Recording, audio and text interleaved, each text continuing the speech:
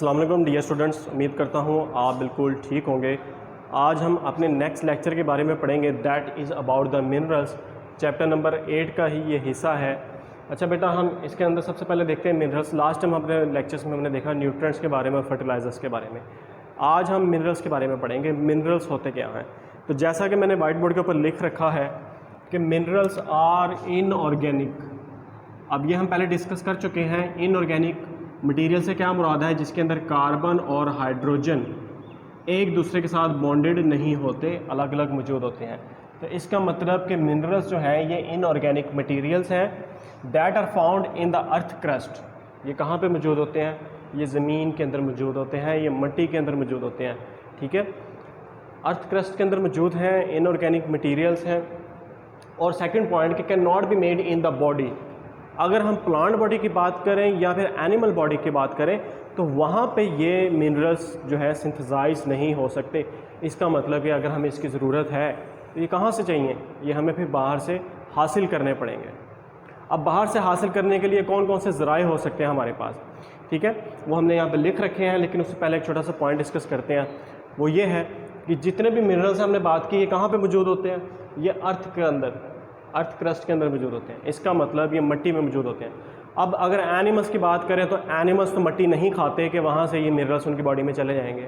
लेकिन प्लांट्स क्या करते हैं? यहाँ पे मैं लिख देता हूँ। प्लांट्स हमने कल डिस्कस किया था प्रीवियस लेक्चर में कि ज़मीन के अंदर से न्यूट्रिएंट्स को ऑब्जॉर्व करते हैं, पानी को ऑब्जॉर्व करते हैं। तो जब वो ऑब्जॉर्प्शन कर रहे होते हैं बाय देयर रूट्स, तो साथ ही साथ वो मिनरल्स को भी ऑब्जॉर्व कर लेते हैं। इसका मतलब कि प्लांट्स के अंदर मिनरल्स मिट्टी से जो है वो उनकी बॉडी के अंदर थ्रू द रूट्स एंटर हो जाते हैं। होने के बाद जब प्लांट्स के अंदर मिनरल्स ऐड हो जाते हैं तो फिर इन प्लांट्स को जब कोई एनिमल कंज्यूम करता है अपनी खुराक के तौर के ऊपर, तो वो फिर एनिमल्स की बॉडी के अंदर आगे ट्रांसफ़र हो जाते हैं। उसी एनिमल को कोई और एनिमल आगे जब कंज्यूम करेगा, उसको एज अ फूड इस्तेमाल करेगा, तो ये आगे ट्रांसफ़र हो जाएंगे। तो इस तरह से हम ये बात यहाँ पे कर सकते हैं कि मिनरल्स जो हैं वो डायरेक्टली अब्जॉर्ब होते हैं। ठीक है, absorbed from soil by plants directly. ठीक है जी, प्लांट्स इसको डायरेक्टली ज़मीन के अंदर से अब्जॉर्ब कर लेते हैं। तो इन शॉर्ट अगर दोबारा से रिवाइज करूँ तो मिनरल्स इनऑर्गेनिक मटेरियल्स हैं जो मिट्टी के अंदर मौजूद होते हैं, जो ज़मीन की तहों के अंदर मौजूद होते हैं। एनिमल या प्लांट बॉडी इनको नहीं बना सकते, इनको ये दूसरी बाहर से अब्जॉर्ब करने पड़ते हैं, बाहर से हासिल करने पड़ते हैं। आगे इसकी टाइप्स हैं मेजर मिनरल्स और माइनर मिनरल्स। मेजर की बात करें तो मेजर हमने जैसे कि लास्ट टाइम डिस्कस किया था कि जो हमें ज़्यादा क्वांटिटी के अंदर चीज़ चाहिए उसके लिए हमने लफ्ज़ इस्तेमाल कर दिया मेजर। अब यहाँ पे लिखा हुआ है required in amount of 100 milligram per day और मोर। एक दिन के अंदर, अब यहाँ पे दिन का मुआजना है। स्टेटमेंट आप बेटा अगर ये शॉर्ट क्वेश्चन आता है तो आप मुकम्मल लिखेंगे। अगर आप ये डे नहीं लगाते तो स्टेटमेंट गलत हो जाएगी, क्योंकि फिर वो डिफ़ाइन नहीं होगी कि 100 मिलीग्राम दिन में चाहिए, हफ्ते की रिक्वायरमेंट है, साल की रिक्वायरमेंट है, वो डिफ़ाइन नहीं होती। तो एक दिन के अंदर कितनी आपको रिक्वायरमेंट है? 100 मिलीग्राम या फिर उससे ज़्यादा, कम से कम 100 मिलीग्राम। ठीक है, तो ऐसे मिनरल्स क्या कहलाते हैं? Major minerals. और जिनकी रिक्वायरमेंट 100 मिलीग्राम से कम हो पर डे वो कहलाएंगे माइनर मिनरल्स। मेजर की एग्जांपल लिखी गई है कैल्शियम। कैल्शियम एक ऐसा मिनरल है जो बहुत ज़रूरी है, किस तरह से कि हमारे टिथ को और हमारी बोन्स को मेंटेन करता है, उसको डेवलप करता है। हम कहते हैं कि कैल्शियम जितना हम ज़्यादा इस्तेमाल करेंगे हमारी हड्डियाँ उतनी ही मजबूत होंगी, तो ये इसकी रिक्वायरमेंट हमें ज़्यादा है। आयरन दूसरा लिखा हुआ है। आयरन इस तरह से ज़रूरी है कि ये हीमोग्लोबिन का पार्ट है, और हीमोग्लोबिन का काम ऑक्सीजन ट्रांसपोर्ट है हमारे ब्लड के अंदर। तो अगर ये मौजूद नहीं होगा या इसकी कमी होगी तो ऑक्सीजन ट्रांसपोर्ट ठीक से नहीं हो सकती, खून की कमी हो जाएगी। अब हम नेक्स्ट लेक्चर पे चलते हैं, नेक्स्ट टॉपिक पे, sorry. Role of calcium, short question भी है, ये दोनों लॉन्ग में भी पूछे जा सकते हैं। Role of calcium. Calcium is a major minerals. मैंने यहाँ पे टाइप लिखी हुई है, ये मेजर मिनरल है, ये माइनर मिनरल है। तो ये मेजर मिनरल है, ये क्यों ज़रूरी है? उसके कुछ हमारे पास फंक्शंस यहाँ पे डिस्क्राइब हैं। पहला है essential for maintenance and development of bone and teeth.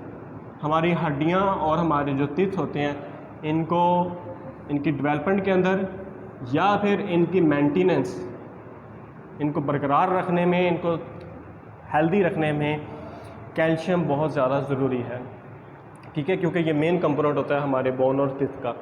उसके बाद needed for maintaining cell membranes, हमारी जितनी भी सेल मेम्ब्रेन्स हैं, हर सेल के इर्द गिर्द एनिमल्स के अंदर सेल मेम्ब्रेन होती है, तो सेल मेम्ब्रेन को मेंटेन करने का काम भी कैल्शियम ही करता है। वो किस तरह से करता है, लास्ट टाइम कल हमने लेक्चर में डिस्कस किया था कि हमारे पास होती है लिपिड बाइलेयर, ठीक है जी, ये लिपिड बाइलेयर है।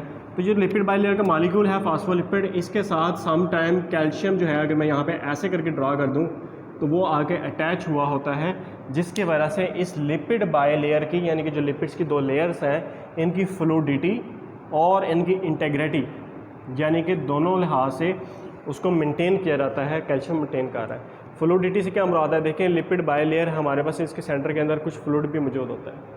इसके ये जो लिपिड बाइलेयर है, ये किसका मॉडल है, ये सेल मेम्ब्रेन का मॉडल है।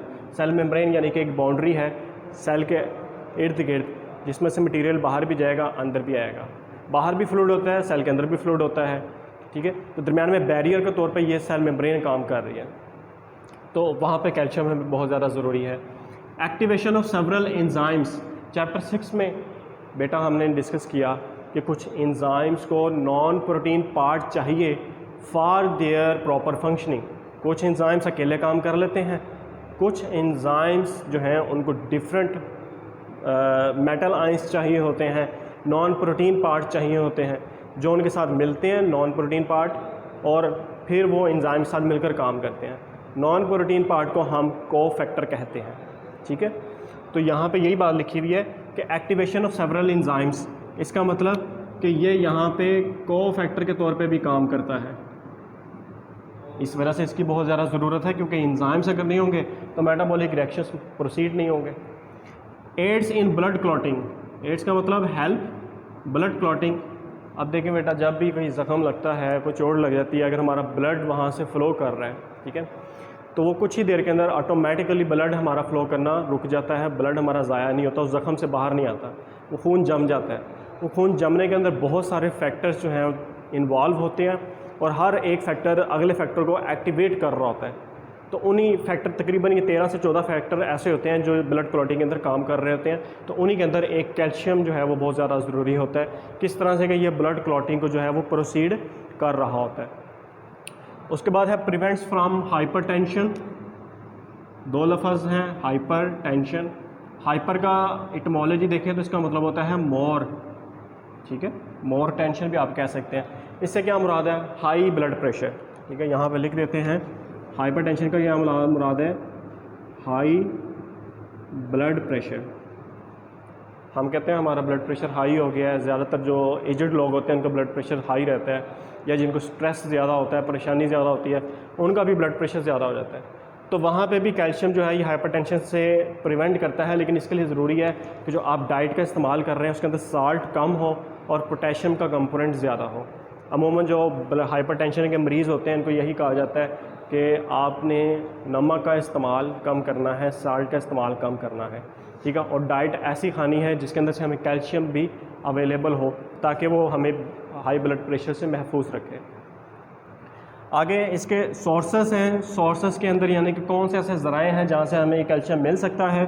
That is about milk, cheese, egg York, अंडे की जर्दी, चीज़ है, मिल्क है, ये सारे ऐसे कंपोनेंट्स हैं, ऐसे फूड्स हैं जहाँ से हमें बड़ी आसानी से कैल्शियम मिल सकता है।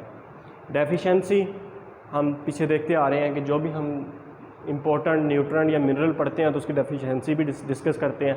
अब डेफिशिएंसी जो है अगर इसकी कमी हो जाए तो फिर क्या ख़तरात हैं वो देखते हैं। Spontaneous discharge of nerve impulse result in tetani. अब यहाँ पे कैल्शियम का एक ये भी काम है कि ये मसल कंट्रैक्शन के अंदर काम करता है, ठीक है, मसल कंट्रैक्शन के अंदर काम करता है। अब देखें हमारे मसल कब काम करते हैं, ये मेरा हाथ जो है ये कंट्रैक्ट कर रहा है, कैसे कंट्रैक्ट कर रहा है, इसके पास मैसेज आ रहा है मेरे ब्रेन से मैसेज इस मसल्स तक पहुँचता है थ्रू द नर्व इम्पल्स, ठीक है, जो मैसेज ट्रैवल करता है नर्व्स के अंदर, हम उसको नर्व इम्पल्स कहते हैं, उसके ज़रिए ये मैसेज ट्रैवल कर रहा है। अब यहाँ पे कैल्शियम का क्या काम है कि हमारे मसल्स के अंदर एक हमारे पास डिफरेंट कंपोनेंट्स होते हैं, ज़्यादा डिटेल में नहीं जाएंगे, उसको हम कहते हैं सार्सोप्लाज्मिक एंडी रेटिकुलम, ठीक है। सो ये एक छोटा सा स्ट्रक्चर है जिसके अंदर कैल्शियम आयंस जो हैं ये मौजूद होते हैं। तो जब भी नर्व इम्पल्स आती है, आने के बाद नर्व इम्पल्स इस कैल्शियम आयंस को ट्रिगर करती है, कैल्शियम आयंस वहाँ से मूव करते हैं, उस सार्सोप्लाज्मिक रेटिकुलम से बाहर जाते हैं। एज अ रिज़ल्ट हमारे डिफरेंट कंपोनेंट्स जो हैं वो मूव करते हैं, ट्रोपोनिन प्रोटीन्स वगैरह होती हैं, और इन शॉर्ट हमारा मसल्स कंट्रैक्ट करता है। ये कंट्रोल्ड है। अगर इसकी कमी हो जाए तो स्पॉन्टेनियस का मतलब है यकदम से, अचानक, तेज़ी से डिस्चार्ज ऑफ नर्व इम्पल्स। ये अब नर्व इम्पल्स जो है ये कंट्रोल नहीं होगी, नर्व इम्पल्स आएगी, आने के बाद यकदम से आपके वो कैल्शियम आयंस जब मूव करेंगे उस सार्सोप्लाज्मिक रेटिकुलम से, तो फिर हमारे मसल जो है वो कंट्रैक्ट कर जाएंगे, और इस कंडीशन को टेटनी कहते हैं। अक्सर हम बैठे होते हैं तो बैठे बैठे हमारे जो पाँव होता है, पाँव के हम कहते हैं कि मसल्स चढ़ गए हैं, ठीक है, वो ऐसा लगता है आपको जैसे मसल्स बहुत ज़्यादा हार्ड हो गए हैं। तो वो बेसिकली क्या कंडीशन होती है, वो टेटनी होती है। किस वजह से हो रही है? कैल्शियम की कमी की वजह से। सेकंड है बोन स्ट्रेंथ। बोन स्ट्रेंथ जो है ये बहुत ज़्यादा कम हो जाती है। अब देखें मैंने यहाँ पे लिखा कि मेंटेनेंस के लिए, डेवलपमेंट के लिए कैल्शियम चाहिए, हड्डी की मेंटेनेंस डेवलपमेंट के लिए। तो अगर कैल्शियम नहीं है तो इसका मतलब हमारी हड्डियों की स्ट्रेंथ जो है, जो उसकी मजबूती है, कम हो जाएगी। हम यूँ भी लिख सकते हैं कि बोन्स बिकम सॉफ्ट, ठीक है, कमज़ोर हो जाएंगी। फिर यहाँ पे लिखा हुआ है ब्लड क्लॉटिंग, कि खून को जमाने में भी एक फंक्शन परफॉर्म कर रहा है कैल्शियम। अगर कैल्शियम की कमी हो जाएगी तो ज़ाहिर बात है कि हमारा जो ब्लड क्लॉटिंग का फैक्टर है, जो प्रोसेस है, ये भी स्लो डाउन हो जाएगा। ब्लड हमारे जल्दी क्लॉट नहीं करेगा, ब्लड के ज़ाया होने के चांसेस ज़्यादा होते हैं। अब नेक्स्ट स्टार्ट करते हैं रोल ऑफ आयरन। ये एक माइनर मिनरल है जिसकी क्वांटिटी भी हमें कम चाहिए, पर डे 100 मिलीग्राम से कम चाहिए। इसका रोल क्या है? Major role in oxygen transport and storage and components of haemoglobin, myoglobin. Haemoglobin ये प्रोटीन है जो हमारे ब्लड के अंदर होती है, मायोग्लोबिन प्रोटीन है जो हमारे मसल्स के अंदर होती है। अब हीमोग्लोबिन हमने लास्ट एक लेक्चर में डिस्कस किया था कि बेसिकली ये एक पिगमेंट है जो रेड ब्लड सेल के अंदर होता है। हीमोग्लोबिन कहाँ पे मौजूद होती है? रेड ब्लड सेल के अंदर। एक पिगमेंट है जिसने ऑक्सीजन को बाइंड करना है, उसको पकड़ लेना है, पकड़ने के बाद उसको ट्रांसपोर्ट भी करती है डिफरेंट सेल्स तक, और उसको स्टोरेज भी करती है। अब अगर हम पस मंज़र देख लें, हमारे हर सेल को ग्लूकोज चाहिए, रेस्पिरेशन की बात कर रहा हूँ, हर सेल को ग्लूकोज चाहिए। ग्लूकोज की ब्रेकडाउन होती है, इसी प्रोसेस को हम रेस्पिरेशन कहते हैं। ग्लूकोज की ब्रेकडाउन किसकी मौजूदगी में होती है? ऑक्सीजन की मौजूदगी के अंदर। एज अ रिजल्ट वहाँ से क्या बनता है? एनर्जी। इसका मतलब हर सेल को ऑक्सीजन की रिक्वायरमेंट है, ठीक है। अब वो ऑक्सीजन कौन प्रोवाइड कर रहा है? हम जब सांस लेते हैं, हम बाहर एटमॉस्फेयर में से ऑक्सीजन अपने लंग्स के अंदर, और लंग्स से वो ऑक्सीजन डिफ्यूज़ होकर हमारे ब्लड में चली जाती है। ब्लड में जाके उसको कौन बाइंड कर लेता है? आयरन। आयरन उसको बाइंड कर लेता है। बाइंड करने के बाद वो आयरन उसको ट्रांसपोर्ट भी करेगा और फर्दर यूज़ के लिए स्टोर भी कर लेगा। तो बहुत अहम फंक्शन है, ठीक है। कंपोनेंट ऑफ हीमोग्लोबिन, लास्ट में मैंने बात की थी एक लेक्चर के अंदर, मैग्नीशियम, उसका क्लोरोप्लास्ट का स्ट्रक्चर। यहाँ से एक मैं आपको दोबारा से स्ट्रक्चर बना के दिखा देता हूँ।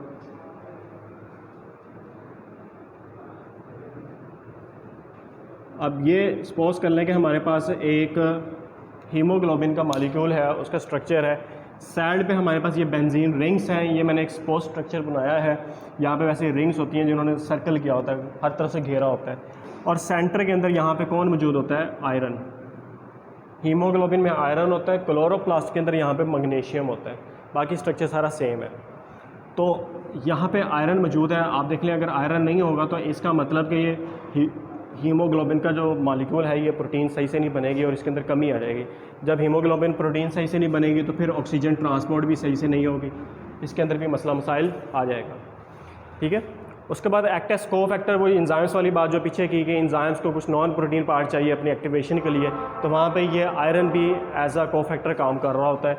Sports immune function, immune function से क्या मुराद है? जब भी कोई जरासीम हमारी बॉडी में एंटर होते हैं, जैसे वायरस या बैक्टीरिया वगैरह, तो बीमार होने के खदशात ज़्यादा होते हैं, लेकिन अक्सर हम बीमारी से महफूज रहते हैं।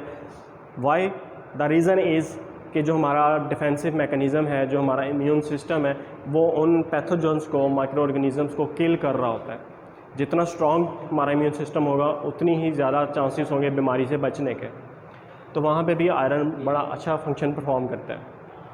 ठीक है, किस तरह से करता है वो? डिफरेंट प्रोसेस, इम्यून प्रोसेस को जो है ना वो स्पीड अप कर देता है, उसको एक्टिवेट करता है।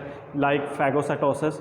फैगोसाइटोसिस में क्या होता है कि आपके पास इम्यून सेल है, वाइट ब्लड सेल है। ठीक है, सपोज कर लें यहाँ पे मैं बनाता हूँ, ये आपके पास वाइट ब्लड सेल है और ये जो है ये एक पैथोजन है। ठीक है, ये एक माइक्रो ऑर्गेनिज़म है। तो अब क्या होगा, ये फैगोसाइटोसिस, ये जो सेल है ये इसके करीब आएगा, आने के बाद इसको इनगल्फ कर लेगा ऐसे। तो ये पैथोजन जब क्लोज्ड हो जाएगा उसके अंदर, उसको पकड़ लिया जाएगा, तो ये फिर बीमारी काज नहीं करवा सकता, इसकी डेथ हो जाएगी। इस प्रोसेस को फैगोसाइटोसिस कहते हैं।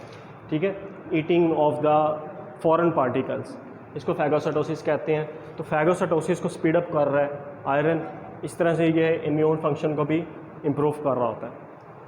उसके बाद लास्ट में सोर्सेस हैं, कहाँ से हमें आयरन मिल सकता है। मीट है, एग है, वेट हमारे पास है, गंदम वगैरह। डेफिशिएंसी के अंदर अनीमिया, अनीमिया का मतलब क्या होता है? Lack of blood, lack of blood, इसको कॉमन टर्म कहते हैं हम, इसको खून की कमी भी कहते हैं।